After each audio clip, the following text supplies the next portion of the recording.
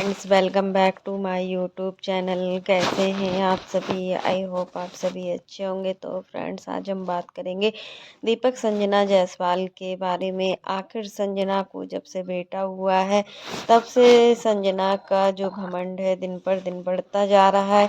तब की अभी बेटा 10 से 11-12 दिन का बेटा हुआ है इनका, फिर भी इनको इतना घमंड ऐसा मतलब क्यों है? तो फ्रेंड्स, अगर आपने मेरे चैनल को सब्सक्राइब ना किया हो तो आप लोग मेरे चैनल को सब्सक्राइब कर दीजिएगा। बेल आइकन के बटन को प्रेस करना मत भूलिएगा, ताकि आपको मेरी जो भी नई नोटिफिकेशन है वो टाइम पर मिलती रहे।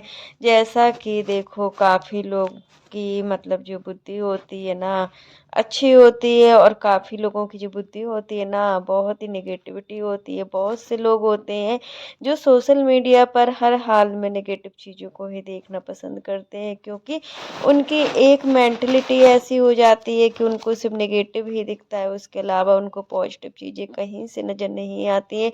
वही सारी चीज़ें बहुत से लोगों के साथ हो रहा है। बहुत से लोग कमेंट कर रहे हैं कि जो संजना भाभी है, जब से बेटा हुआ है तो उनकी बुद्धि मतलब एकदम से पलट गई है। पहले अपनी भाभी मतलब जेठानी के साथ अच्छे से बातचीत करती थी, सब कुछ अच्छे से अच्छा होता था, बट जब से बेटा हुआ है और उनका काम निकल गया है तो वो संजना मतलब अपनी जेठानी से अच्छे से बात नहीं करती है।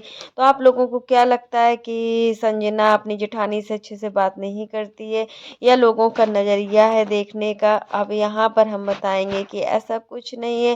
डिलीवरी के बाद थोड़ा इंसान क्या होता है, चिड़चिड़ा हो जाता है। जब सिजेरियन डिलीवरी होती है ना तो हमारे शरीर में बहुत सारी प्रॉब्लम्स होती हैं, बहुत दर्द तकलीफ होती है, क्योंकि जो हमारा पेट होता है ना उसकी 7 लेयर कटती हैं। जब 7 लेयर कटती हैं, समझो कितनी तकलीफ होती होगी उस लेडीज को जिसका सिजेरियन होता है। नॉर्मल डिलीवरी जो होती है उसमें उसी समय प्रॉब्लम होती है, उसी समय दुख दर्द होता है, लेकिन सिजेरियन में पहले कुछ नहीं पता चलता है। पहले तो आसानी से हो जाता है, दर्द भी नहीं होता है, एक भी कुछ नहीं होता है, बट बाद में जो तकलीफ होती है ना वो बहुत ज़्यादा सही नहीं होती है।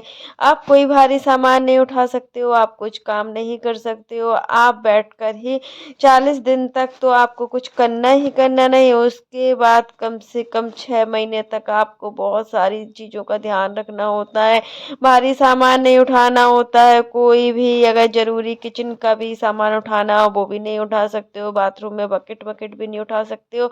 वही चीज़ है कि संजना थोड़ा चिड़चिड़ी हो गई है, लेकिन इसको ये नहीं बोला जा सकता है कि संजना अपनी जेठानी से अच्छे से बात नहीं कर रही। जेठानी तो सच में बहुत ही अच्छी है, ऐसी जेठानी सबको मिले, क्योंकि जितना संजना की जेठानी संजना के साथ कर रही ना, आज के युग में कोई भी देवरानी जेठानी के बीच में इतनी अच्छी बॉन्डिंग नहीं होती है कि पूरा काम अकेले करती है। हम उनको देखते हैं कि खाना दोनों टाइम सारा काम भी करती हैं, अपने उनके खुद के 2 बच्चे हैं, उन बच्चों को भी संभालना, यहाँ पर संजना को भी संभालना, सास ससुर की केयरिंग करना सच में बहुत इम्पॉसिबल होता है। बट जेठानी बहुत ही